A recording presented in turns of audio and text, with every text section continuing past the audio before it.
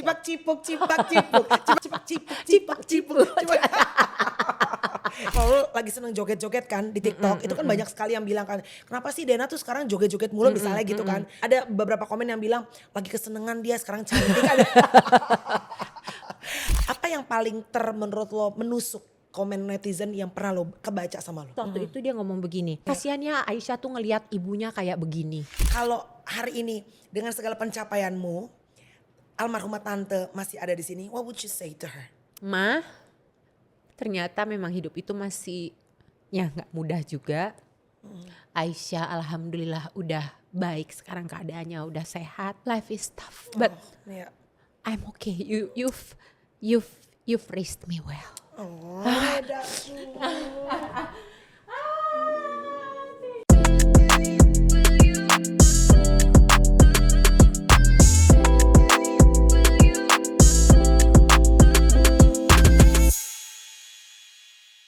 Cipak cipuk, cipak cipuk, cipak cipuk, cipak.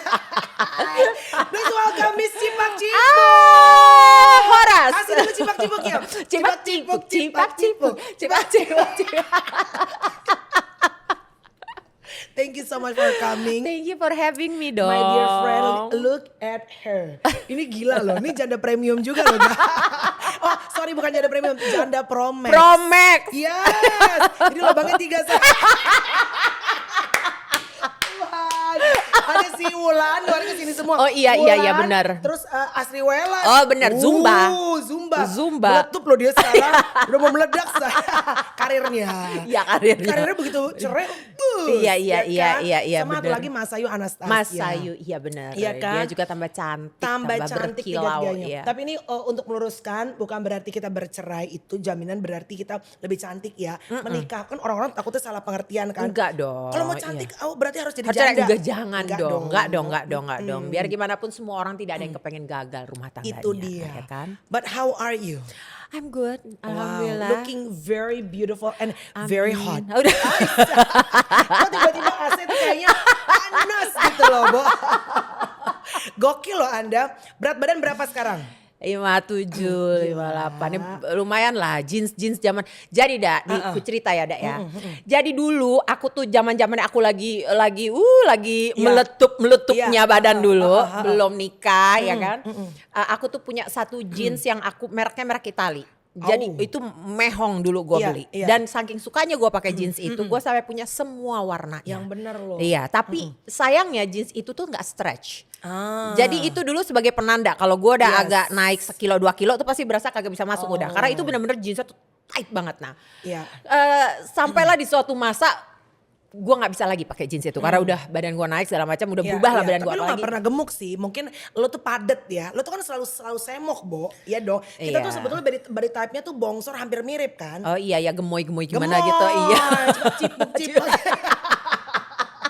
Balik lagi say. Tapi sekarang kok kurus. Iya, nah itu jeans itu tadinya udah mau aku pikir, aduh mau diapain nih jeans ya, mau aku kasih ke orang. Saya akhirnya pas ada Aisyah, oh udah berarti gue keep ini buat dia, ya kan buat dia, karena itu such an investment karena brandnya brand bagus. Mehong lah ya. Mehong.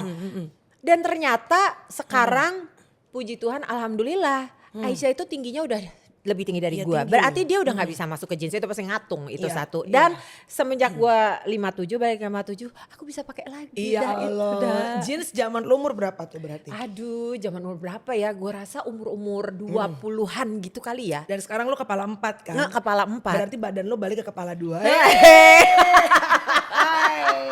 Gila, berarti emak-emak tapi dalamnya balik lagi kepada bentuk perawan lo. Oke, what have you done with your body? Pertanyaan pertama ya. Iya. Ini kita let's brutally honest ya. Iya dong. Pertama banyak orang yang tiba-tiba signifikan melihat Denada ini berubah badannya. Karena knowing lo dari zaman dulu tuh badannya selalu sekel. Iya. Rada atletis. Sekarang kok Denada kurus banget. Bahkan beberapa lo lagi joget-joget di TikTok tuh pada bilang, gila ini kayak bukan Denada. Kurus banget apa segala macam. Oke, I'm gonna ask you straight to the person. Have you been using Ozempic? No. Never. Jadi ini kurus bukan karena Ozempic? Tidak Ozempic, tidak obat apapun, tidak suntik apapun. Marco Choi? Coy. Tapi ya, gue kasih tahu ya, itu adalah salah satu hal yang juga beredar akhirnya dan sampai ke kuping gue. Jadi lu dibilang pakai narko coy. Ada juga yang ngomong begitu. Gua si emak-emak Zumba ini dibilang pakai narko coy. Wow. Karena saking gua banyak. Tapi maksudnya ya kalau misalnya melihat kenapa orang bisa berpikiran seperti itu, mungkin tiba-tiba badan gua tiba-tiba mengecil gitu kan, terus mungkin juga dilihatnya kok momennya sama, misalnya my mom just passed away juga, baru aja meninggal bulan Januari, mungkin I don't know, tapi ya udahlah kayak gitu-gitu kan, it's just hari-hari kita being in this industry. Betul. Ya gitu. Sepanjang tidak ada proof on the table. Dan memang sepanjang tidak tidak benar ya sudah gitu ya. Netizen bisa ngomong apapun juga. Oh tahan sebentar. Sepatu. Spartacus ya kan. Emang Perempewi ini dari dulu ya. Dari dulu memang dia tuh selalu penuh persiapan Syai. Iya dong. Sepatu semua harus coklat semua. Dong. Nah ini baru hits Anda. Nah kan ini kan baru kan matching kita baru kan. Iya sekali loh aku nggak pakai sepatu yang lancip aku, jadi apa aku gojek dulu ya? Mulai nggak mau kalah. Host mulai insecure. Oke. Tapi itu ya. And then jadi sebenarnya yang terjadi di tahun 2020 kalau misalnya if you remember tahun 2020 itu pertama kali gue mengawali karir gue sebagai seorang Zumba instructor. 2020. 5 tahun lalu. Berarti umur gue sudah di atas kepala 4. Ya. Nah, gue punya sahabat, partner bisnis, partner kerja juga yang gue mintain tolong untuk menjadi pelatih kebugaran pribadi gue. Menjadi seorang instruktur Zumba di saat usia sudah kepala 4 dan di atas kepala 4 itu nggak semudah itu. Karena badan itu memang intensitasnya naik turun interval, tapi tetap aja ada masa-masa di mana itu dia high intensity. Sehingga sebagai seseorang yang udah di atas usia udah kepala 4 badannya harus disiapin dong untuk bisa endure such exercise. Apalagi jadi instruktur. Apalagi gue itu harus 2 jam, kadang-kadang 1,5 jam, 2 jam mimpin kelas. Teriak-teriak. Sambil teriak-teriak dan harus bisa hyping semua yang ikutan.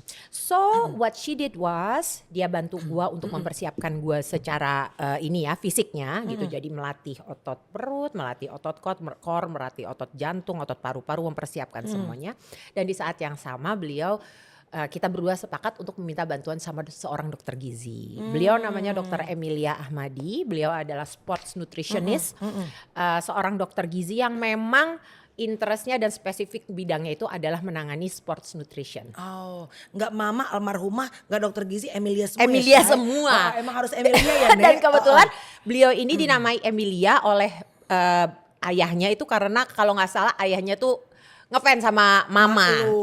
Jadi makanya namanya Dokter Emilia. Siapa yang enggak dan sih? I owe her, maksudnya semua yang ada sekarang ini, semua yang gue tahu, semua yang akhirnya bisa gue terapkan di hidup gue.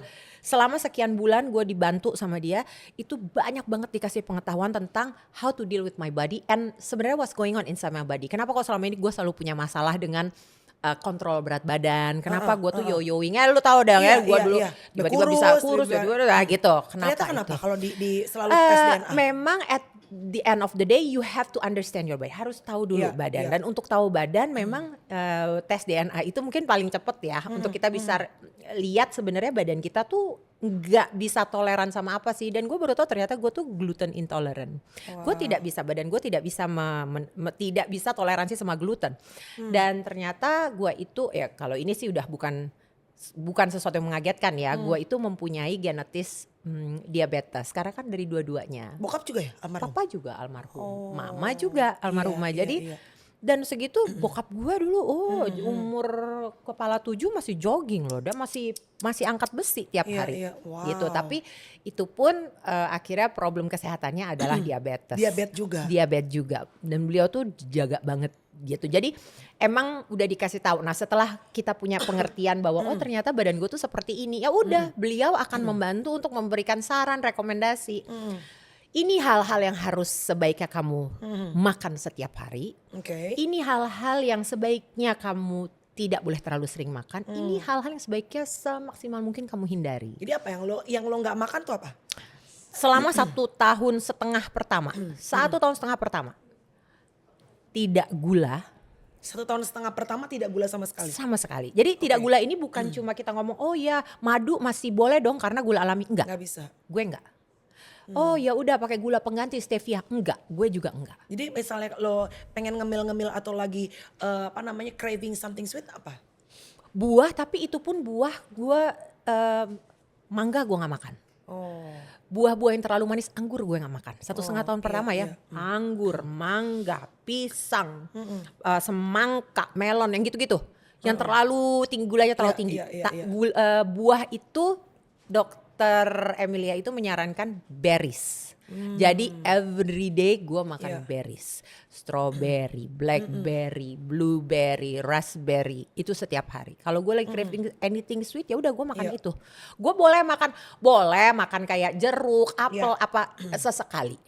Kalau pengen pisang goreng, pengen donat gitu gimana? 1,5 tahun pertama enggak? Enggak sama sekali. Enggak sama sekali. Tepung juga stop. Wow. 1,5 tahun, bukan stop ya. Kalau tepung tuh ya masih makan tapi aduh dikit banget, bisa kayak cuma 2 kali sebulan gitu, dan itu pun makannya sedikit. Jadi gue berusaha untuk itu. Tapi memang beliau juga menyarankan, maksudnya jangan terlalu di cut off banget supaya badan kamu juga nggak terlalu kayak apa ya bahasanya, jadi nanti takutnya kalau terlalu nggak boleh makan, nggak makan itu sama sekali, gilirannya 1 kali kamu makan itu badannya jadi kaget mungkin gitu ya pemahamannya sebagai orang awam. Jadi ya udah sama 1,5 tahun pertama aku benar-benar strict seperti itu dan mengikuti anjuran beliau betul-betul, dan itu kelihatan banget langsung turun ya. Langsung Berarti berat badan lo tuh kalau bisa dikumulasikan sekarang lo turun berapa kilo? Berapa 12, karena waktu itu gue pernah sampai reach 69 ya, 69. Dan sekarang lo 57? Sekarang gue 57, 58, 57. Masih akan mau turunin lagi apa udah cukup nih? Emang gak, goal awalnya itu kan bukan turun berat badan kan sebenarnya. Lebih fit aja ya? Iya, supaya badan gue ini bisa endure my work, pekerjaan profesi gue sebagai seorang Zumba instructor gitu. Jadi goal awalnya itu, tapi ya karena memang dibarengi dengan olahraga, dibarengi dengan kontrol makanan, dibarengi dengan hal yang lain-lain yang memang akhirnya kompensasi. Misalnya kerjanya kebetulan harus malam, berarti program olahraga dan program makannya kan disesuaikan dengan itu semua. Ya udah, akhirnya semua yang di-adjust itu memang goalnya bukan untuk ngurusin badan sebetulnya. Tapi itu ibaratnya tuh kayak efek sampingnya lah ya sekarang. Nah itu, tapi akhirnya setelah sekian bulan, akhirnya kan jadi kenal badan sendiri dan terbiasa gitu. Oh ya udah tahu, berarti ngaturnya gini. Jadi sekarang kalau ditanya masih makan martabak nggak sekarang? Kadang-kadang gue kalau lagi kepengen gue makan donat. Kadang-kadang kalau gue lagi kepengen gue makan gitu. Tapi gue udah tahu kayak oke, berarti dalam 1 minggu ini gue punya kuota berapa nih. Iya. Oh dikuotain. Dikuotain aja berbanding dengan berbanding lurus dengan berapa kali gue akan olahraga, berapa tinggi intensitas olahraga gue selama seminggu itu, berapa sibuk gue, berapa jam gue akan mempunyai waktu istirahat dan waktu tidur, apakah gue punya waktu recovery, itu semua akan menentukan berapa kuota istilahnya yang boleh gue pakai untuk makan nakal istilahnya gitu. I see. Berarti sekarang 57 kilo tapi lo tidak ada intensi untuk menurunkan berat badan lagi tuh enggak ya? Yang penting lo fit dan enggak, sehat? yang penting pokoknya gue fit, gue sehat karena memang Zumba ini has become my main profesi juga. Profesi utama juga. Jadi sekarang kalau ditanya Denada kerjaan utama, kalau lo kan Denada well known as a rapper gitu ya. Kalau sekarang Denada tuh apa pekerjaan? Musisi ya. Apa namanya, rapper ya, terus udah gitu Zumba instructor juga ya cipak-cipuk juga ya dangdutan juga hayu, semua pokoknya hayu apa aja ya. Wow, gila. Padahal gue tuh ngerasa gue itu udah kerja keras sebagai kuda, tapi begitu ketemu dia gue jadi minder loh. Karena gue tuh punya moto, kita tuh harus kerja keras sampai kuda aja kalau ketemu kita putar balik Iya benar. Kuda buset. Iya benar. Itulah mama-mama Batak. Mama-mama Batak itulah. Ya kan? Tapi oke, let's flashback a little bit sebelum Denada punya hidung baru, sebelum Denada balik lagi dalam dunia entertainment. Karena lu sekarang menurut gue balik kepada popularitas atau mungkin bahkan lebih yang akhirnya dulu pernah lo dapetin. Karena kan pernah ada masa waktu dulu belum Aisyah ya namanya ya. Boleh sebut gak namanya? Shakira boleh. Nah, dulu Shakira masih. Shakira atau Aisyah dulu divonis cancer. Dena tuh gua ketemu, gua punya program di Trans 7. You came first time. Gue sampai gak tahu loh honestly speaking, gua tuh gak tahu harus menguatkan lu seperti apa. Because we both of us are mom. Jadi gua gak pengen kedengeran peres kayak kuat tiada. Iya. Bahwa ini anak kita, buah hati kita gitu, and dealing with a disease yang bukan cuma flu dan pilek gitu. Jadi honestly speaking, at the time I didn't know what to say. Iya. Tapi gue melihat lu kan saat itu lu berjuang yang penting buat anak lu sehat dulu. Lu tinggalin kerjaan lo, popularitas lu terbang dah tuh ke Singapura. Nyampe gue aja bingung, lu bisa survive di Singapura. I mean knowing you sebagai entertainer kan. Pernah ada masa lu gak ada job kan? Gak ada job, gak ada duit ya. Gak ada job sama sekali dan gak ada duit. Dan tinggalnya di Singapura. Dan anaknya harus treatment, harus pengobatan. Iya. Oke, ceritain ke kita. Walaupun lu kerja keras gue tahu. Tapi ramuan doa apa tuh? Sampai membuat seolah-olah kayak Tuhan tuh akhirnya kayak mengembalikan dan meracik sampai sekarang lu dikasih berkat banyak sekali. Aduh, amin. Bahkan dikembalikan kepada titik popularitas. Popularitas itu ya biasanya cuma efek samping ya, tapi kan income buat anak yang sedang sakit. Tapi Tuhan kasih gitu. Amin ya. Kalau ditanya ramuan doa apa, gue selalu percaya satu nih, ini hal yang dulu selalu nyokap ngomongin sama gue gitu, bahwa kita itu sebagai seorang ibu saat kita mendoakan anak kita itu kayak punya dalam tanda kutip kesaktian. Jadi doa ibu tuh selalu sakti, nembus langit. Iya, itu gitu. Jadi dulu mama selalu bilang doain, berdoa, minta gitu. Dan jadi kalau ditanya ramuannya apa? Nangis sebanyak-banyaknya sama Tuhan, minta sebanyak-banyaknya sama Tuhan sampai at one point sampai gue tuh benar-benar pada saat berdoa gue nggak tahu gue mau I don't know what to say anymore. Tapi gue selalu punya satu keyakinan.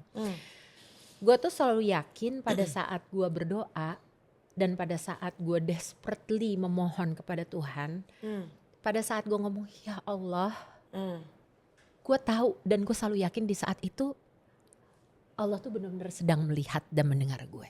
He does listen. Ya, gue selalu punya keyakinan itu dan gue selalu mengimani itu. Jadi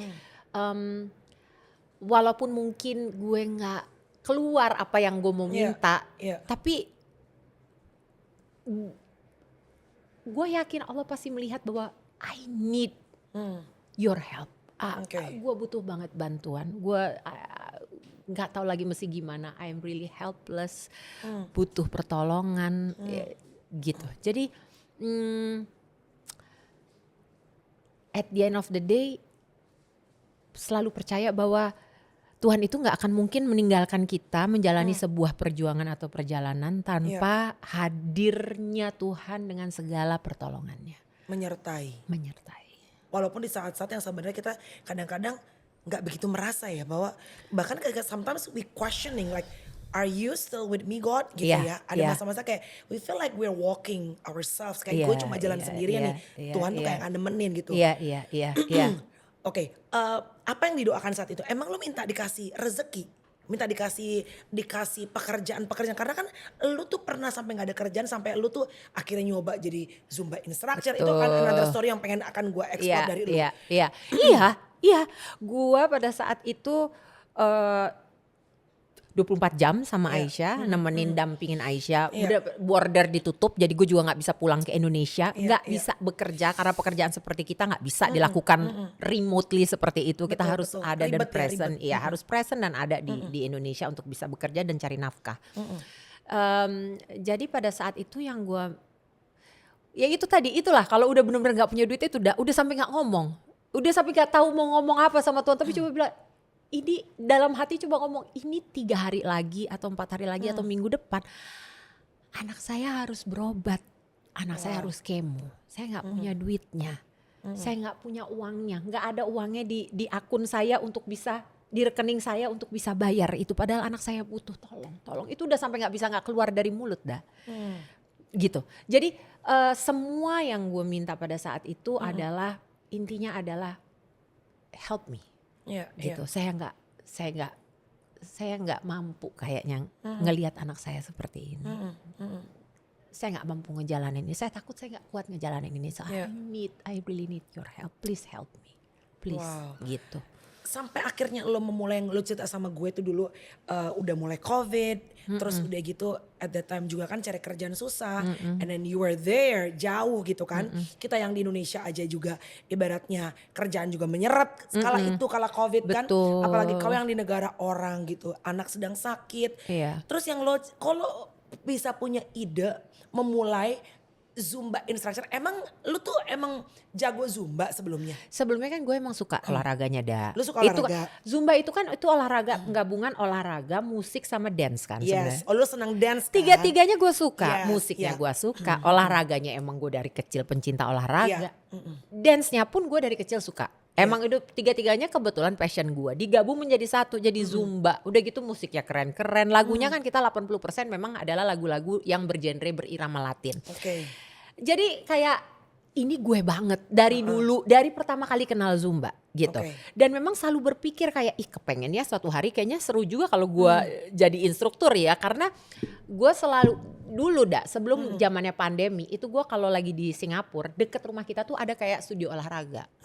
Kebetulan ada kelas Zumbanya. Nah gue tuh kalau lagi butuh, lagi bener-bener kayak moody banget, sedih banget, stressful banget, gue suka lari ke situ, gue join dah tuh. Udahlah, di situ gue join dengan member lain yang ada yang 20 tahun, ada yang udah 70 tahun, ada yang 60 tahun, kita di satu situ. Dan yang gue rasain setiap kali gue ke situ is just this is one big fun. Orang-orang yang benar-benar mungkin datang dengan bebannya masing-masing, mereka datang ke situ dan dan sepulang dari situ kita semua keringetan tapi ketawa, happy sama udah jadi kayak stress release aja di situ. Dapat endorfin lagi. Lagi. Tapi kalau bisa kepikiran ide gitu saat lagi COVID dan semua nggak ada kerjaan, terus apa ditutupin semua, terus lo bikin kepikiran satu kamar di apartemen lo yang nggak gede-gede banget. Secara Singapura nggak ada yang gede ya, saya kecuali lo milioner ya. Secara kan mahal banget ya itu negara. Kamar kecil itu, coba lu ceritain deh, itu kamar kecil bermula coba itu. Jadi gue memutuskan untuk akhirnya mengambil sertifikasi menjadi Zumba instructor karena gue berharap mudah-mudahan dari situ, selain itu memang olahraga yang gue cintai, tapi mudah-mudahan dari situ siapa tahu bisa ngebuka jalan gue untuk dapat rezeki. Ini masih ada kata mudah-mudahan, jadi mudah-mudahan ikhtiar ya. Ikhtiar, karena nggak tahu juga, ya kan. Cuma yang gue tahu pada saat itu semua hal dilakukan melalui Zoom, semua hal, even show pun, even webinar semuanya Zoom, gitu. Kelas olahraga pun bisa dilakukan melalui Zoom. Jadi adalah hope gue di situ. Mudah-mudahan di sini gue bisa dapat pekerjaan, bisa dapat jalan rezeki, jalan nafkah. Walaupun gue tahu sebanyak-banyaknya gue dapat nafkah di sini nggak mungkin bisa sebanding dengan nafkah gue atau fee yang gue dapatkan pada saat gue menjadi seorang penyanyi. Tapi it's fine. Paling tidak gue I try dulu. Gue coba dulu karena pada saat itu cuma itu yang kebayang di kepala gue. Mau jadi apa lagi orang kita pulang kagak bisa, ya kan, di sana so little thing yang opsi yang gue punya gitu. Jadi lo rombak tuh kamar. Gue rombak. Jadi satu kamar itu gue rombak, gue jadikan itu kamar sebagai kamar Zumba gue, di mana gue mengajar Zumba online secara online melalui Zoom di kamar itu. Jadi setiap sebelumnya kamar apaan tuh Ya sebelumnya itu memang kamar tidur. Memang kamar tidur. Terus dulu. Lo rombak jadi kamar studio. Gue rombak, gue keluarin kasurnya, gue taruh di kamar satu lagi, gue kosongin itu, gue taruhin lampu-lampu yang neon-neon itu kayak begini-gini di belakangnya. Apa tulisan di samping belakangnya? Denada di belakangnya. Dan gue itu Sabtu, ngajarnya Sabtu sama Minggu. Sabtu itu gue ngajar Zumba Kids, jadi buat anak-anak kecil. Minggu gue ngajar Zumba buat dewasa. Jadi kalau misalnya pas lagi Zumba Kids itu gue setiap minggu selalu punya tema Misalnya minggu ini temanya adalah animal. Misalnya gitu. Nanti gue akan pasang balon-balon, gambar-gambar apa, pakai kostum apa. Misalnya nanti minggu depannya lagi temanya superhero. Nanti gue gambar lagi, gambar apa superhero apa, gue dekor lagi apa gitu-gitu. Sorry, itu orang untuk bisa joinnya lo nyebarin lewat Instagram? Iya. Maksudnya ini linknya bayarnya berapa? Gue lupa. 50.000 per anak atau per member tuh 50.000 apa ya? Gue enggak 1 jam. Terlalu ingat. 1 jam. Pernah ada yang nggak daftar nggak? Enggak sih. Selalu ada. Selalu ada sih. Alhamdulillah selalu ada. Cuma kan maksudnya pada saat itu ya sebanyak-banyaknya orang yang ikut kelas gue ya. Iya. Berapa sih Kan sekali online itu? soalnya. Online Iya. soalnya. Tapi gue tetap lakuin. Akhirnya tahu nggak? Mulailah ada instansi atau perusahaan-perusahaan yang mereka karena buat ini olahraga bersama, yuk bikin kelas Zumba. Ternyata Denada sekarang jadi instruktur Zumba, bisa ngajar via Zoom. Kita bikin kelas Zumba buat happy karyawan kita karena pada saat itu lagi in the midst of pandemic, semua orang lagi stressful. Kita bikin kelas Zumba rame-rame tapi pakai Zoom. Tapi udah mulai perusahaan ada cuannya tuh. Mulai ada cuannya tuh udah. Mulai. Gila Terus sih, mulai best lu. sekolah kan mereka lagi sekolah online semuanya kan. Iya. Ayo kita buat menghibur murid-murid kita, kelas olahraganya kita ganti dengan Zumba bersama Oh, Denada. lo ngajar sekolah juga? Pernah? Ngajar pernah. Karena gue certified untuk ngajar Zumba Kids. Jadi gue punya sertifikasi Zumba itu gue bisa ngajar Zumba kelas biasa, lalu kelas Zumba untuk anak-anak, Zumba Gold yaitu kelas Zumba yang diformulasikan untuk mereka-mereka yang punya keterbatasan atau kondisi fisik tertentu sehingga mereka nggak bisa loncat-loncat misalnya, mereka lebih senang yang low impact misalnya kayak gitu. Gila, hebat lo. Setelah berapa lama tuh lo joget-joget di Zoom? Gila sih tapi etos kerja lo sih, maksudnya endurance kerja lo sih, lo tuh apa ya kalau menurut gue resilient ya. Ya mungkin karena ada anak ya yang nggak bisa Iya. bilang nggak ada uang gitu. Nggak bisa dong. Dan Iya. pada saat itu kan papanya Aisyah juga lagi Iya. tidak memungkinkan Iya, untuk jadi lu bisa tuh. do much. Ya udah, jadi ya memang udah setiap orang pada saat itu everybody in the world. Iya, Bukan iya, cuma yang iya, ada di iya. sekitar gua, bukan cuma keluarga gua, tapi semua orang yang ada di dunia ini waktu itu sedang struggling Betul. gitu. Sampai akhirnya kan lo sempat bolak-balik tuh. Mulai nyanyi, mulai agak dibuka. Mulai buka. Mulai lo nyanyi sekali 2 kali. Tapi lo Benar. belum ada stripping tuh. Belum. Nah akhirnya tuh titik triggernya sama Allah diberikan banyak hal sampai sekarang nih. Kapan terakhir kali lo sama Aisyah? Udah cukup lama karena lo kan harus kerja kan. Hampir sebulan lalu terakhir kali aku artinya ketemu. berarti kan lo you've been very busy. Praise God Alhamdulillah. ya kan. Alhamdulillah puji Tuhan. Iya. Ibaratnya ya lo kan busy bukan karena lo pengen senang-senang ya. Busy Iya. because you're making money Betul. to help your kid gitu. Iya. Kapan tuh lo mulai ngerasanya nih doa-doa gue nih mulai dijawab sama Allah dalam hal finansial ya? Aduh, pada saat udah mulai bisa dapat pekerjaan dari Zumba aja gue udah mulai berasa kayak ya Tuhan. Itu terima belum TV kasih. tuh ya? Itu belum TV tuh. Masih baru dari Zumba aja, masih dari sana aja. Terus mulai pulang, mulai dibuka, mulai kerja. Pertama kali waktu itu kerja sekali pulang waktu itu dari Singapura, border buka gitu kan. Udah boleh ngadain acara Event. nyanyi, event, udah boleh ngadain acara olahraga. Karena gue hype-nya selama pandemi, hype-nya gue sebagai instruktur Zumba itu sudah mulai kebentuk, orang udah mulai dengar, orang rame ikut kelas gue secara online. Jadi pada saat udah mulai dibuka, udah mulai bisa lagi ngadain event olahraga, banyaklah permintaan-permintaan untuk gue datang ke kotanya untuk ngajar Zumba. Jadi udahlah akhirnya datang ke Indonesia. Pada saat itu sekali datang langsung sebulan apa 2 bulan itu benar-benar sama manajer gue. Berapa titik tuh? Langsung. Jadi bikin Zumba tour langsung. Bikin Zumba tour. Gila, tunggu dah. Zumba dari dalam ruangan kecil di Singapura, di apartemen yang Yes. super mahal itu, Yes. yang dari kamar tidur Yes. cuma bermodalkan Denada pakai Yes, neon iya, di belakang. betul, benar. Jadi Zumba tour ya. Jadi Zumba tour dan sekarang udah Zumba tour 5.0. Udah Apa series itu? udah series kelima. Mampus. Iya, beneran dah. Lu kemana aja? Aduh, kemana? Ke Ambon udah.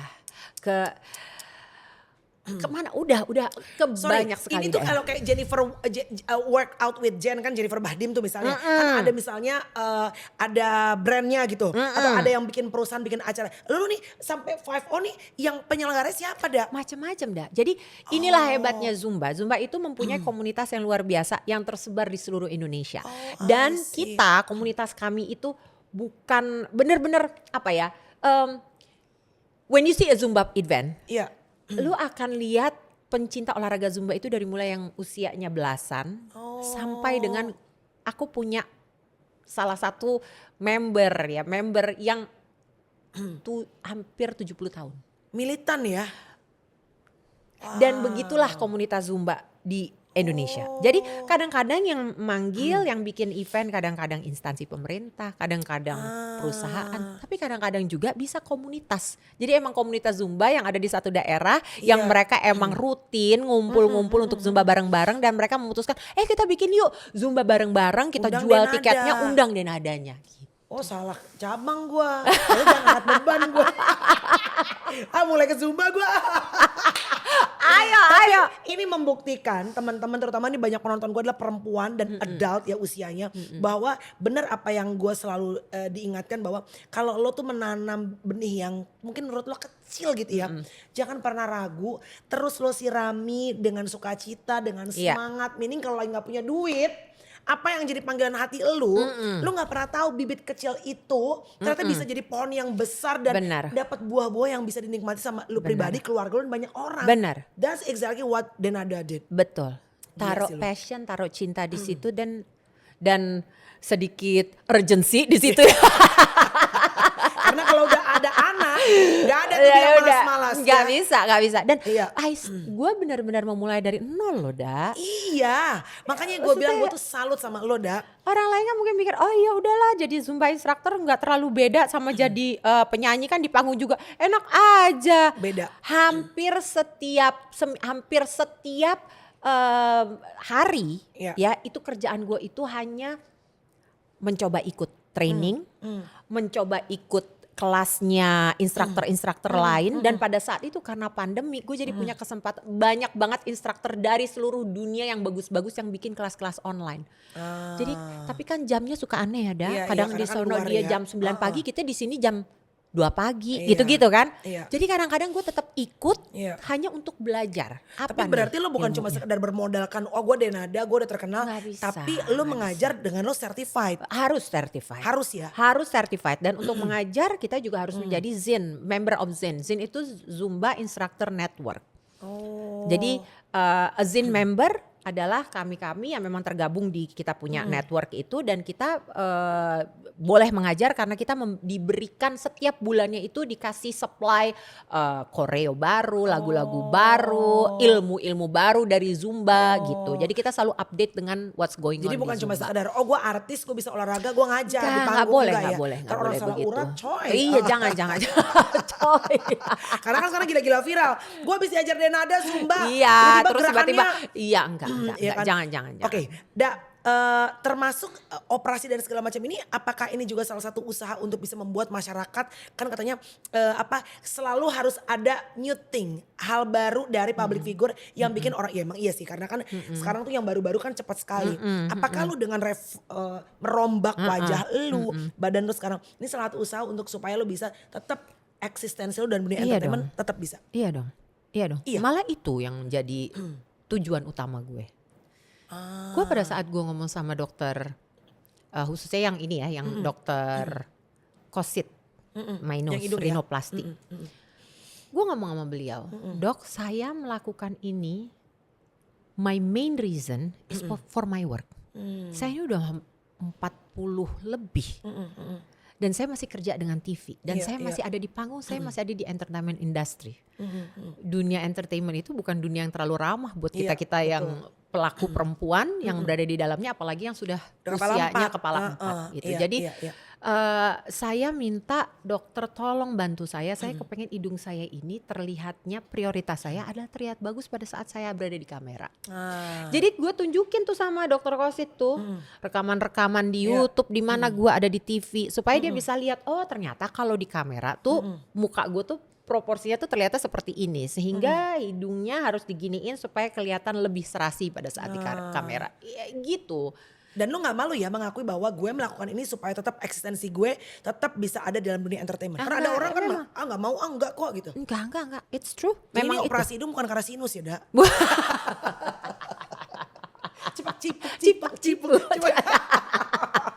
Ya udahlah, udah ada yang sinus, ada yang pengen tetap, ya udah gue pengen berubah. Berarti tapi gini, kalau ada orang bilang Denada itu, gue lupa muka Denada, semua bilangnya gitu kan. Gue tuh udah sampai lupa, kita kehilangan wajah Denada dulu. Ini bukan Denada. Gue nggak bisa lihat lagi muka Denada dulu. What do you think about those kind of comments? Sebenarnya kalau misalnya kangen sama muka gue yang dulu ya bisa lihat di Google kasih. Bisa kalau cek-cek sendiri ya. Iya. Oh iya iya. Ya tapi gini lah ada. Manalah bisa ku kontrol semua orang. Tapi apakah gue tahu bahwa ini akan terjadi? Of course, ini expected kok. Buat kita yang berada di dunia entertainment, kita tahu bahwa hidup kita adalah milik semua orang dan mungkin semua orang mereka punya ekspektasi tertentu terhadap kita dan mereka merasa mereka punya saying dan boleh memberikan komentar terhadap apa yang kita lakukan. Keputusan yang kita lakukan untuk hidup kita sendiri yang sebenarnya bagi orang yang mungkin tidak berada di dunia entertainment, it's my apa ya? Itu adalah sebenarnya ya kalau kita tidak berada di dunia entertainment boleh dong kita ngomong gua mau operasi plastik mau rubah hidung gua duit gua hidung gua kenapa lu yang repot iya kan bisa tapi, aja sebetulnya bisa aja tapi kan kita yang berada di dunia entertainment we know that's not the case dan ini dunia entertainment adalah dunia yang sudah gua geluti dari mulai sebelum gue berada di dalamnya langsung my mom ya kan mama dari mulai gue lahir ini adalah sebuah dunia yang sudah menjadi dunia mamaku sehingga aku tahu apa yang berada di dalamnya jadi ini tidak mengagetkan bukan suatu hal yang aku kaget enggak expected tapi apa yang bisa gue lakukan gue tidak bisa membahagiakan semua orang dan gue tidak akan mempunyai energi yang cukup untuk merubah pandangan setiap orang dan membuat orang mengerti terhadap apa yang latar belakang yang ingin yang penting adalah gue tahu apa yang gue lakukan gue sudah memikirkan ini matang-matang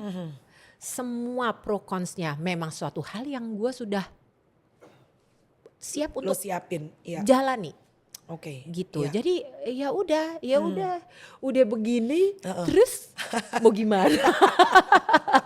Mau gimana lagi? Gimana lagi? Cipuk Oke, do you feel when you see yourself on the mirror, you feel prettier now?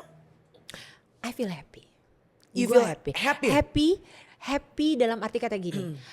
Ini bukan keputusan yang gampang sebetulnya Kanda. Untuk gue ambil, ini bukan keputusan yang mudah untuk gue ambil. Gue tuh mikirin mau rhinoplasty itu dari mulai 2 tahun, 3 tahun lalu loh. Gue udah lama sekali mikirin ini. Tuh tanya sama Karen Delano, udah berapa lama dia gue ujek-ujek, gue tanyain terus masalah Karen ini. udah gak mau ngomong sama gue kalau soal operasi. Tapi dia udah males. You know how I feel kan? Maksudnya I ini kan it's a major thing. It's a major thing. Dan gue ngomong sama almarhumah ya, sama mama, itu dari mulai dulu pertama-tama kali masih semangat banget sampai aku mulai ketakutan lalu semangat lagi. Jadi ini udah diskusi yang udah bertahun-tahun aku lakukan dan pikirin masak-masak. Aku pikirin masak-masak dan aku discuss sama mama. Dan almarhumah beliau itu ya support dari dulu karena memang tahu. Ya, you're entertainer kan. Entertainer orang panggung gitu. Sehingga pada saat aku memutuskan untuk gua mau menjalaninya, ya itu udah dengan sejuta ketetapan hati dan keteguhan hati gitu dah. Jadi kalau menjawab tadi pertanyaan, kalau banyak orang yang bilang termasuk kalau lo lagi seneng joget-joget kan di TikTok, itu kan banyak sekali yang bilang kan, kenapa sih Dena tuh sekarang joget-joget mulu misalnya gitu kan. Terus, ada beberapa komen yang bilang lagi kesenengan dia sekarang cantik ada kan mungkin menurut mereka tuh adalah lu cakep sekarang terus lu kayak feeling very euphoria confident, gitu ya. Ya karena kan hidung tuh ada juga yang gagal kan. Jadi mungkin ngerasa bahwa hidung gue sekarang bagus terus gue ngerasa lebih confident gitu. Kalau kebaca gitu gimana dah? What your respond to that? Ada hubungannya gak antara operasi hidung sama joget-joget di TikTok? Selain lu lagi cipak-cipuk itu ya. Oke, buat orang-orang yang kenal gue, like you know that even way before this whole rhinoplasty thing, gue sudah menjadi penjoget. You love dancing. I love dancing. Banyak orang yang nggak tahu bahwa gue mengawali karir gue sebagai seorang penari. Sebelum gue berada di panggung sebagai seorang musisi, sebagai seorang rapper, gue itu mencoba panggung gue pertama kali itu as a dancer. I used to be a traditional dancer. Jaipong jadi jaipongan. Jadi gue tuh passionate banget sama nari. Cuma kan orang nggak tahu itu. Dan gue nggak bisa gue nggak mungkin setiap detik, setiap komen yang diomongin ke gue mengenai itu terus gue harus ngomong gue itu dancer dari mulai gue masih nggak mungkin gitu ya. Jadi ya udahlah biarinlah. There's nothing much I can do. Dan gue rasa gue juga nggak akan mau juga untuk wasting, membuang energi gue untuk merubah pandangan semua orang. But you aware of those kind of things yang sekarang lagi banyak menyoroti lo dengan dance lo dan segala macam? Of course. Oh iya, ada satu hal yang tadi gue lupa ngomong. Jadi pada saat tadi menjawab pertanyaan, am I happy? Gue happy nggak ngelihat diri gue saat ini di mirror gitu? Iya, sangat happy. Tapi pada saat gue udah selesai nih ya, udah lepas perban, dia udah mulai nggak terlalu bengkak lagi. Gue kadang-kadang suka sedih sendiri karena karena gue kayak I wish nyokap gue masih ada untuk bisa lihat ini. Si almarhumah tante nggak sempet sempat lihat. Oh iya. Januari kan mama nggak ada, aku baru ininya di Juni. Oh iya, gitu. Padahal si mama tuh yang memberikan permit kepada elu gitu ya. Iya, gue dulu gila-gila kepengen veneer gigi. Nyokap gue bilang, enggak, gue gak setuju. Ya udah, enggak sampai sekarang gue gak veneer. Enggak lu jalanin? Enggak gue jalanin, gue sampai sebegitunya gue kalau urusan ini ya, urusan nyokap tuh gitu. Jadi waktu pertama kali gue punya ide, mah kayaknya aku pengen ini. Nyokap bilang oke, dia kasih ridonya, maka barulah itu menjadi satu wacana buat gue. Ridho mama tuh ibaratnya segala-galanya buat lo ya. Oke, wow. Apa yang paling menurut lo menusuk komen netizen yang pernah lo kebaca sama lo?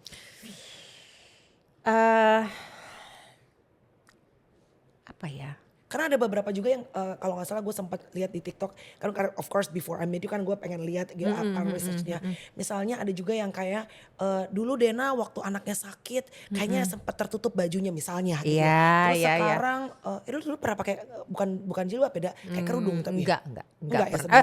Pakai lah kan kita sebagai seorang tapi gak pernah muslim, pakai hijab kan? Pakai kalau di saat-saat yang memang membutuhkan. Dalam arti kata misalnya nih aku datang kajian atau aku datang ke acara-acara yang memang menganjurkan aku untuk memakai baju yang lebih tertutup, yang lebih pantas, menyesuaikan dengan situasi dan kondisi. Tapi pakai dan buka nggak pernah enggak, belum. Banyak yang bilang misalnya kayak dulu pas anaknya sakit, sekarang udah sehat. Oh kok jadi berubah pas ada nggak yang kayak gitu pernah kebaca sama kamu? Banyak yang pernah baca banyak. Ada juga yang ngomong katanya dulu aja waktu anaknya sakit minta donasi. Hah? Bukan. Salah orang kali kalau itu. Tapi kalau itu gue for sure, gue tau justru lo menolak kan, suka dibantu lo menolak. Iya, cuma kan apa gue mau maksudnya gue tidak pernah merasa bahwa gue harus wasting my time even 1 detik dalam hidup gue untuk membalas komen itu dan menjelaskan gue nggak pernah lo minta donasi, it's not, maksudnya udahlah gitu. Nggak punya duitnya gitu ya. What's the most hurtful comment yang pernah lo baca dari netizen? Mungkin karena gue udah buat gue itu kayak entah karena gue memang sudah antisipasi sebelumnya. Gue tahu bahwa this is gonna be something yang banyak banget pro cons-nya. Atau karena memang gue sudah merasa bahwa it's just part of the business. Hate comments apa segala macam. Sehingga sejujurnya gak ada yang terlalu ganggu gue Cuma kalau gue lagi iseng banget. Gue lagi macet, gak tau mau ngapain, gue baca. Ada yang ini gue bales deh gitu. Apa yang pernah lo bales? Yang pernah gue bales waktu itu dia ngomong begini. Kasiannya anaknya dia, misalnya Aisyah. Kasiannya Aisyah tuh ngelihat ibunya kayak begini gitu. Itu yang dia komenin adalah video di mana yang aku post, di mana pada saat itu aku sedang kalau nggak salah lagi cipak-cipuk di aku lagi cipak-cipuk di salah satu acara TV. Oke. Pada saat itu berarti porsinya gue sedang bekerja. Iya. Dan gak ada urusan sama Aisyah ya? Gak ada urusan sama Aisyah. Gue lagi ada urusan sama Aisyah, tapi gue pada saat itu sedang bekerja mencari nafkah untuk melakukan tugas gue sebagai seorang ibu gitu. Dan pada saat itu gue ngebaca kayak gitu terus gue kayak ketawa gitu. Gue balas langsung sama dia, gue bilang ibu, dan gue tag. Anak saya baik-baik aja kok, bilang Aisyah tuh baik-baik aja. Dan Aisyah tuh malah, aku rasa Aisyah malah akan happy kalau ngelihat ibunya punya pekerjaan, dapat nafkah, dapat rezeki gitu. Karena dia tahu bahwa aku melakukan ini untuk dia kok gitu. Terus aku bilang, kalau misalnya ibu memang kasihan ngelihat aku bilang, ibu bisa melakukan antara 2 hal ini. Pertama, ibu bisa ngasih aku uang atau ngasih aku job. Supaya aku gak cipok-cipok Bu. Iya. Atau pilihan yang kedua, Iya, ibu bisa mendoakan aku bilang. Dan dua hal ini aku akan terima dengan hati yang penuh syukur. Terima kasih ibu. Udah habis itu dihapus sama dia komennya. Tapi tetap gak maki-maki ya Bo, lu ya? Enggak, karena Iya. for what. Tapi maksud gue kadang-kadang kalau lagi iseng banget terus ada yang kayak begitu, ya mungkin akhirnya menjawab juga sedikit ya bahwa kalau itu sudah menyangkut Aisyah gitu. Anak kita jadi kadang-kadang suka Iya, karena paham banget tuh. Iya, karena at the end of the day ini juga kemarin jadi pembahasan kita di acara live gue itu gitu bahwa kebetulan kan hostnya A Irfan gitu dan kebetulan tamu kita pada saat itu salah satu peserta kita adalah seorang ibu tunggal yang dia punya 2 anak dan dia benar-benar sole provider for the kids. Jadi mantan suaminya tuh not in the picture anymore lah dan tidak ada ngebantuin dia lagi lah gitu istilahnya. Jadi dia melakukan segala hal termasuk salah satunya menjadi DJ apa segala macam. Mungkin profesi-profesi yang dianggap kurang ideal lah untuk seorang ibu tunggal, seorang perempuan. Ya gue bilang di situ pada saat itu bahwa kita sebagai seorang ibu, apalagi ibu tunggal, pasti kita akan melakukan apapun untuk bisa make sure anak kita bisa mendapatkan semua yang terbaik, penghidupan yang terbaik, pendidikan yang terbaik, kehidupan yang terbaik, yang paling nyaman, kalau bisa beli kasur-kasur yang paling nyaman, kalau bisa beli makanan-makanan yang terbaik gitu kan. Kepala jadi kaki, kaki jadi kepala. Kepala jadi kaki, kaki jadi kepala. Dan pada saat itu gue ngomong, karena dia juga sang peserta juga bilang bagaimana dia harus menghadapi kadang-kadang cibiran orang apa segala macam. Aku bilang kebetulan penonton kita juga banyak yang ibu tunggal juga. Aku bilang kita sebagai seorang ibu tunggal apa sih? Lelah kita pun tidak kita rasakan. Bahkan kadang-kadang cibiran dan hinaan orang pun mau kita telan. Yang penting anak kita happy, anak kita bahagia, anak kita sekolah setinggi-tingginya, sehat, nyaman, aman, tentram. Iya. Jadi ibaratnya lu mau ngomongin gua apa, lu mau hujat gua apa, gua telan deh. Yang penting bukan anak ya. Karena apa yang lo lakuin saat ini adalah untuk Aisyah gitu ya, Da. Iya. Dan gue kadang-kadang suka agak kayak karena kadang-kadang yang ngomong begitu adalah juga also ibu gitu. Maksudnya don't you understand? You're also a mom gitu. Mungkin mereka agak cuma shock aja, kaget. Mungkin taunya kan dulu tuh Dena tuh joget ya mungkin kan sekarang dengan ada TikTok ya, dulu kan gak ada TikTok soalnya. Itulah Da yang juga Ya diomongin kan? sama A Irfan, dia juga bilang gitu kayaknya mungkin sekarang karena sudah semakin terlihat, sudah ada sosial media, terus mungkin juga alhamdulillahnya aku lagi ada kerjaan setiap hari di TV sehingga orang melihat gue setiap hari. Kebetulan si lagu Cipak Cipuk itu kok ya banyak dikenal dan dengar orang. Ya blessing in disguise juga sih. Blessing in disguise. Jadi apa namanya, ya udahlah gitu. Tapi kan again ini kan bukan sesuatu yang baru, bukan sesuatu yang kayak aku kaget, aku tidak menyangka ini terjadi, enggak lah. We all knew. Gue tahu pada saat gue mau memutuskan, oke, I will do this. Gue tahu this will happen. Dan lo kayaknya udah jadi artis tuh berapa tahun sih, Da? Berapa puluh tahun sih? Dari gue SMP lo, Da. Iya, berarti sudah 30 tahun lebih. 30 tahun, hampir 35 tahun. Dari Kujelang Hari toh. Dari Kujelang Hari dong ya, aduh. Jadi menurut gue sih you've been building your mental gitu. Iya. Udah kuat lah, walaupun ya namanya kalau when it comes to anak pasti adalah sedikitnya kita tuh kayak tek gitu ya kan. Benar. Kalau foto, sekarang Eda lagi sering juga foto seksi. Ya kan tiba-tiba konsep apa sih, konsep kemarin apa sih, kapan lagi bener? Halloween. Terus tiba-tiba pegang boneka, teddy bear. Itu yang ada yang konsepin, karena kan gue tahu lu tuh sebenarnya konseptual ya. Iya. Tiba-tiba dari tadi ruangan kecil konsepin aja. Emang ada tuh konseptor kan, Say, gitu. Mungkin banyak orang gak tahu ya. Itu emang lu konsepin sih foto-foto yang seksi itu, atau memang diajakin collab sama fotografer atau apa?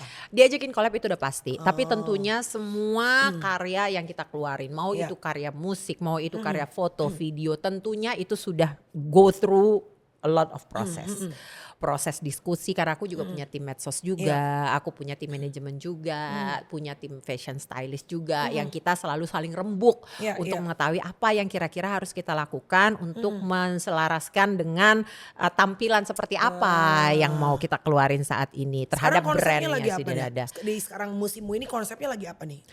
Aku kan punya 2 persona, Da. Personaku pada saat sedang pakai pita ini kan personanya Miss Denada ya, Cipak Cipuk ya. Ini berbeda lagi. Ini berbeda jadi lagi. Ini gimana nih konsepnya? Kalau udah pakai pita jadi apa nih Denada nih? Jadi begini. Oh, ada konsepnya, baik. Ini personanya Miss Denada yang memang adanya di acaraku itu si DMD Panggung Rezeki itu gitu. Itu memang penokohan yang ada di dalam di situ namanya Miss Denada gitu dengan pitanya gitu ya. Tapi apa namanya? Tentunya mau Miss Denada, mau Denada as an entertainer di luar DMD Panggung Rezeki, kita kepribadiannya sebetulnya kan selaras. Cuma bungkusnya aja yang kita bikin, yang satu dipitain dengan segala cengkoneannya, yang satu ya lebih Denada the realnya lah ya. Gitu. Jadi kalau foto-foto itu yang foto-foto itu iya. Yourself dong, bukan No, it's myself. It's myself. It's just again aku merasa bahwa itu adalah apa ya, mungkin pengembangan dari perjalanan karirku dan mau bagaimana nih sekarang nih aku. Seksi kali loh Eda gue. Ya masa sih? Laki banyak banget dari cowok loh. Karena kan lu sekarang lagi bener-bener singset banget. Jadi udah kayak anak gadis loh Da, foto-foto kau itu Da. Iya beneran. Emang gak ngerasa Eda gue? Oh pura-pura gak ngerasa. Gue Pura-pura gak ngerasa biar disebut mulu. Tapi beneran loh Da, seksi kali kau loh Da. Itu konsep-konsepnya dapat dari mana Da? Kadang-kadang tim medsos yang punya ide-ide tertentu. Tapi kan semua ide tentu kita semua lay on the table dan kita coba discuss. Aku juga punya ide-ide juga dan kita tentuin aja mana yang kira-kira selaras gitu, mana yang kira-kira enggak gitu. Apa persona yang sekarang Denada yang dibangun tuh lebih kayak Latina, lebih foxy, lebih seksi dibandingin dulu? Sebenarnya Da, iya kayaknya ya. Kalau kau lihat-lihat juga, ingat aku lah dulu lah Da. Sebenarnya kan aku di situ-situ aja sebetulnya. Cuma body suit sebenarnya dari dulu ya sebenarnya. Sebenarnya dari dulu. Iya. Pakai crop top sebenarnya dari dulu juga. Zamannya aku keluar laguku Jelang Hari pun kan sudah pakai segini aku. Iya kan, dengan rambutku yang cumi-cumi di depan, ya kan. Lalu tiba-tiba aku botak setengah, skinhead. Tiba-tiba botak udah ada Aisyah pun aku tiba-tiba botak samping, ingat enggak? Gue pernah ikut tuh skinhead jadi kayak preman. Ya Allah, emang sadar-sadar muka ya say. Enggak lah. Terus akhirnya tapi sekarang gitu. memang di Jadi, konsepnya lebih sebenarnya it's nothing, enggak terlalu sebenarnya di situ-situ aja. Cuma sekarang balik lagi ke yang tadi. Gue rasa sekarang tapi memang aura lebih seksinya terlihat. memang sekarang sih gokil sih Da. Maksudnya mungkin dulu ya lu dulu cakep waktu zamanku Jelang Hari, tapi kan masih dede-dede gitu kan. Kalau sekarang tuh aura-aura MILF gitu loh Da. Oh gitu. Mom I like to follow. Ya sekarang dipungkiri itu Da. Sekarang udah lebih ngerti dandan, udah lebih ngerti fashion, udah lebih tahu. Pose-pose Eda tuh yang tempat tidur yang walaupun sama boneka ya Da, kayak gitu. Gimana sih Da, gue jadi gimana? Jadi gimana gitu loh Da.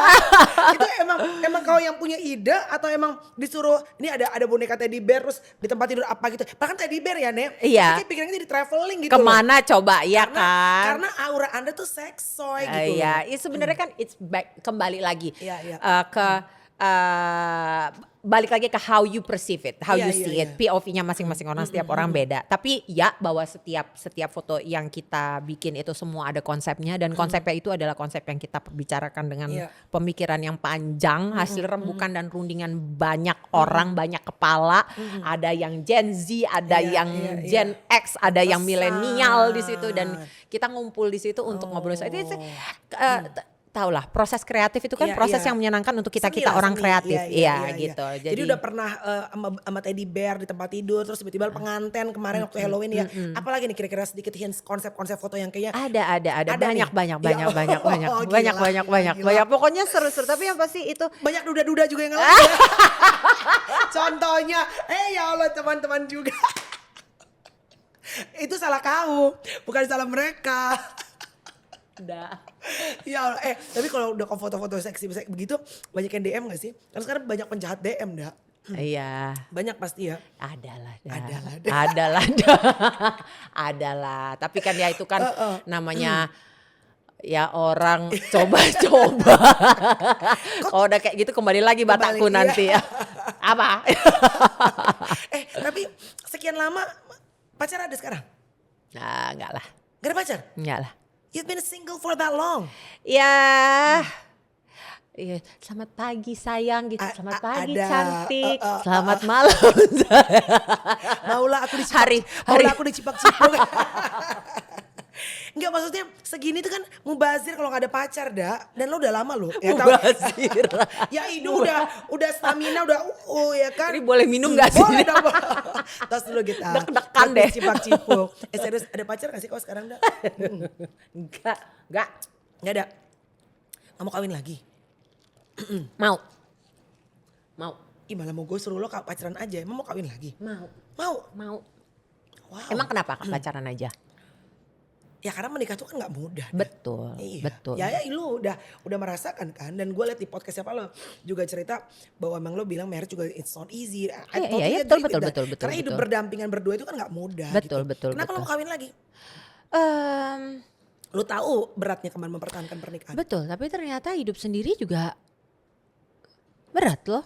Really? Iya, gue ngerasa mungkin gini mungkin gue cerai 2015, Iya. and then 2018 Aisyah sakit, ya kan? Berarti gue itu hanya punya waktu 3 tahun. 3 tahun itu kan setelah gue bercerai itu gue lagi dalam tanda kutip grieving, Iya betul. meratapi bahwa ya gue Gagal gagal. lagi, iya.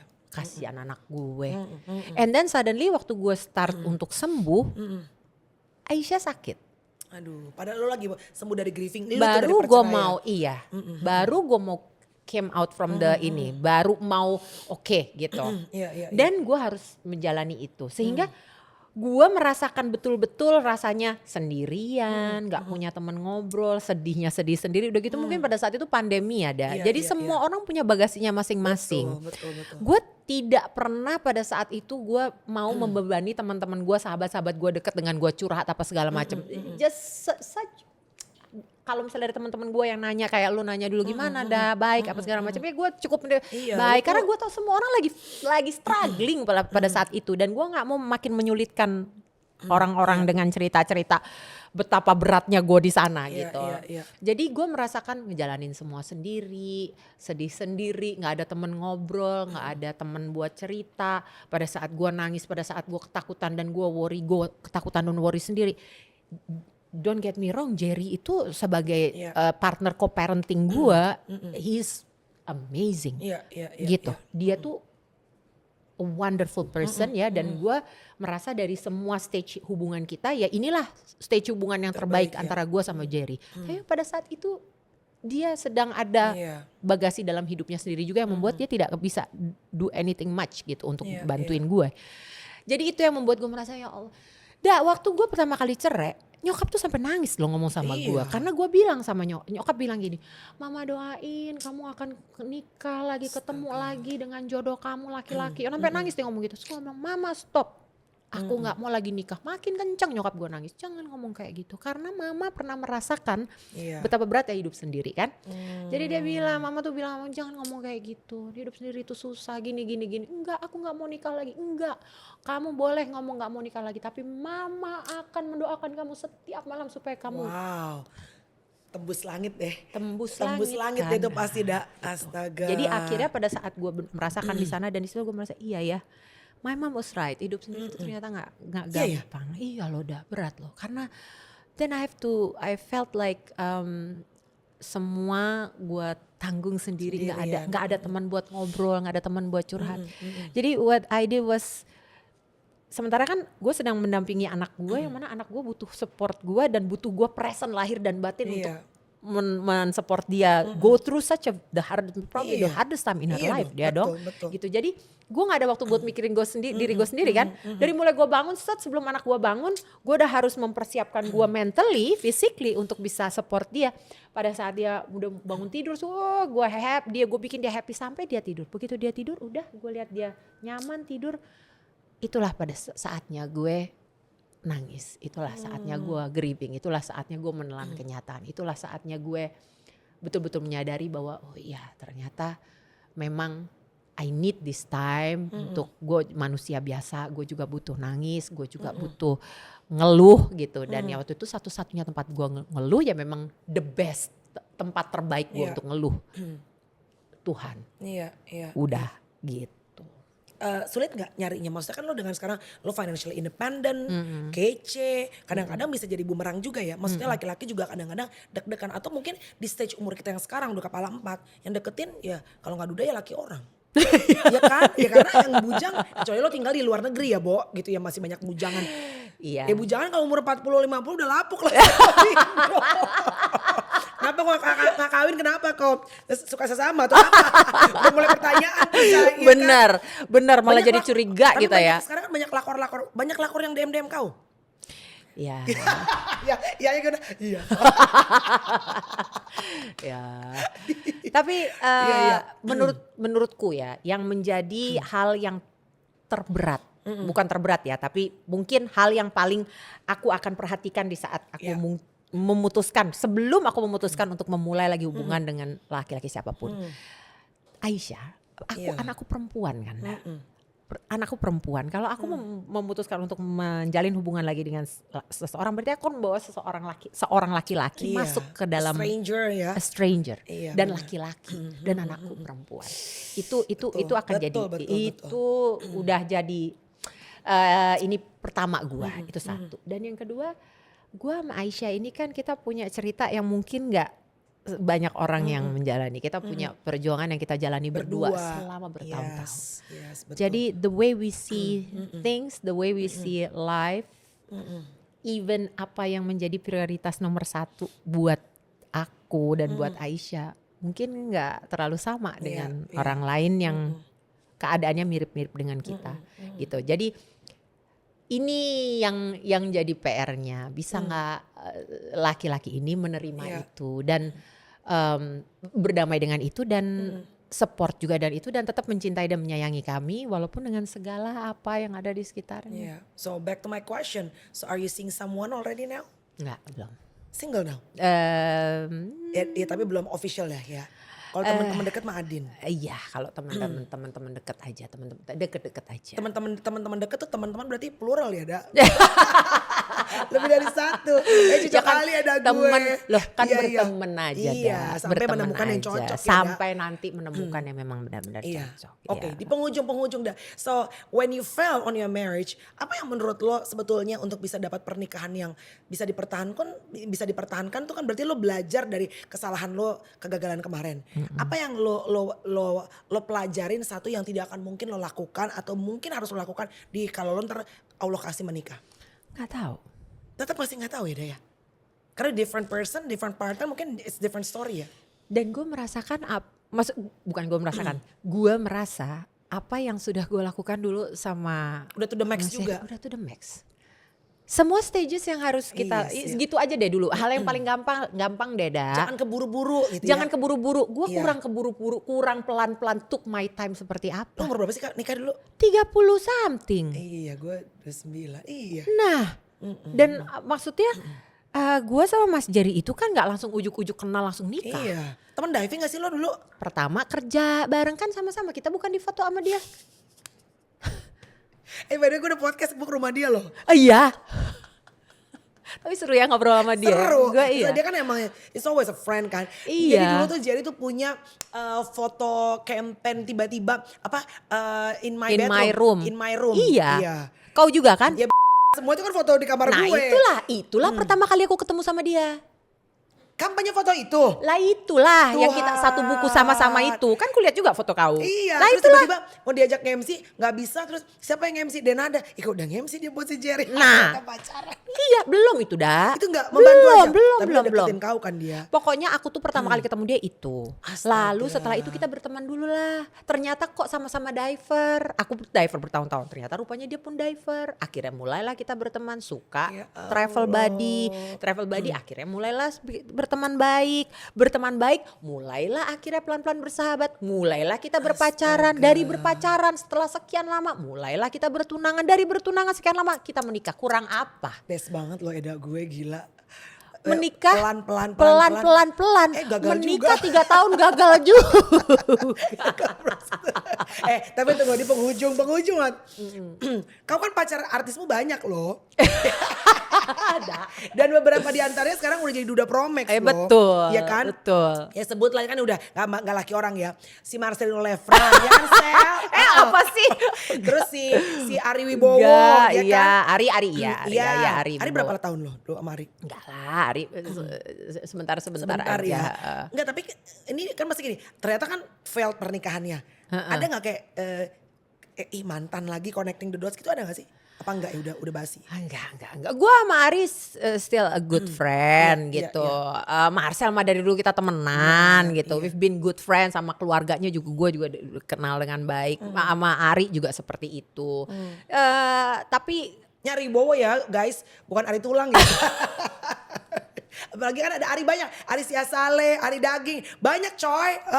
Ari Wibowo ya kan. Kan udah Promax juga, tapi nggak ada kayak connecting the dots. Enggak. Kalau gue enggak ya, karena gue itu orangnya once it's done. Banyak banget tuh pertanyaan itu, apalagi pada saat tahu Ari udah mulai sendiri juga apa segala macam gitu. Tapi kalau gue I'm still good friends with Ari gitu ya, tapi ya udah gitu. Jadi udah enggak ya, Da? Enggak. Rencana mencari bule kembali kepada selera lokal atau oriental tetap, Da? Kan udah oriental kemarin. Apa aja. Udah kuitio coba wagyu. To close it, Edaku terima kasih. One thing that I always learn from Denada adalah you're kind hearted. Dena tuh selalu di tengah apapun keseruannya pas segala macam, tapi dia tuh selalu punya hati yang very sincere menurut gua, hati yang tulus kamu tuh, Da. Ya itu mungkin Allah lihat bagaimana dari perjuangan lo dikasih tantangan yang tidak mudah, anakmu sakit, tapi sama Allah sekarang gue ikut senang melihat apapun yang kau perjuangkan dari ruangan kecil di Singapura itu Allah menambahkan rezeki-rezeki. Makanya tadi gue bilang sama Eda, kita sepakat secapek-capeknya kerja jangan pernah mengeluh. Karena secapek-capeknya kerja lebih capek lagi kalau kita nungguin kerjaan. Aduh betul. Udah pernah kan bintar-dandet kita lah Eda. Bintar-dandet, yes. Dua, yang Eda mau sampaikan kepada, I wish kalau hari ini dengan segala pencapaianmu, almarhumah tante masih ada di sini, what would you say to her? Secara dia kan yang selalu ngedoain kamu waktu kamu cerai. Ngomelnya gue Dena bener-bener kesayangan kau tuh bener-bener hasiannya banget. Iya betul. With all your achievement right now. Aku selalu merasa kayaknya setelah mama nggak ada tuh kayak hampir seluruh kekuatanku diambil dan hilang dan pergi bersama dengan mama. Dulu aku selalu merasa pada saat ada mama itu seberapa buruknya, seberapa beratnya yang harus aku jalani, aku selalu merasa bahwa everything is going to be okay. Cause I got my mom. Cause I got my mom gitu. Tapi now that she's gone, udah gak ada mama tuh aku merasa kayak aduh bisa gak ya ngejalanin ini, bisa gak ya ngejalanin. Tapi aku juga gak mau mama worry terhadap aku. Karena selalu anaknya yang paling dia sering khawatirin itu aku. Karena aku anak perempuan satu-satunya kan. Bukan Riko? Bukan, aku selalu. Mama tuh anaknya 4 dan perempuan cuma 1, cuma aku. Dan aku yang sulung. Dan dia selalu bilang bahwa dia tuh yang paling banyak bikin dia kepikiran itu adalah aku. Mungkin karena aku satu-satunya anak perempuan. Jadi yes, Ma, life is still tough. Ternyata memang hidup itu masih gak mudah juga. Aisyah alhamdulillah udah baik sekarang keadaannya, udah sehat. Tapi masih banyak PR aku, masih banyak yang aku perjuangkan. Tapi terima kasih, you taught me so well. Gitu. Jadi mama yang ngajarin aku how to be strong, how to always memberikan diri aku yang terbaik untuk orang yang aku cintai. In this case Aisyah. So I'm okay. It's tough. Life is tough, but I'm okay. You've raised me well. That's Thank you so much for the talk, dude. I miss her so much. Yes, true. You're a strong woman, Edaku. Mama Batak ya. Ember, yes. Iya. But Tante Emilia raised you so well. Ya. Very well. Ya. Lu punya iman yang kuat. Even di saat yang berat pun orang mau bantu, mau donasi, you said no. You have dignity in life, harga diri. And yet you struggle, you put effort, the best that you can, berjuang dengan Zumba or anything for your kid. Iya. There we go, Mama Batak. Mama Batak. Thank you so much Edaku, Thank you sehat-sehat for ya. having me, seneng deh, selalu seneng ngobrol sama kamu. Sehat-sehat dan selalu Amin, gitu. berkarya apapun omongan orang, pokoknya Eda berkarya sepanjang gak nyakitin orang, Iya. gak ngambil suami orang, not breaking the law. Iya. You go for it, Denada. Yeay. Cipak cipuk. Suka tengleng gak sih dah abis cipak cipuk dah? Bye guys, God bless you. Bye.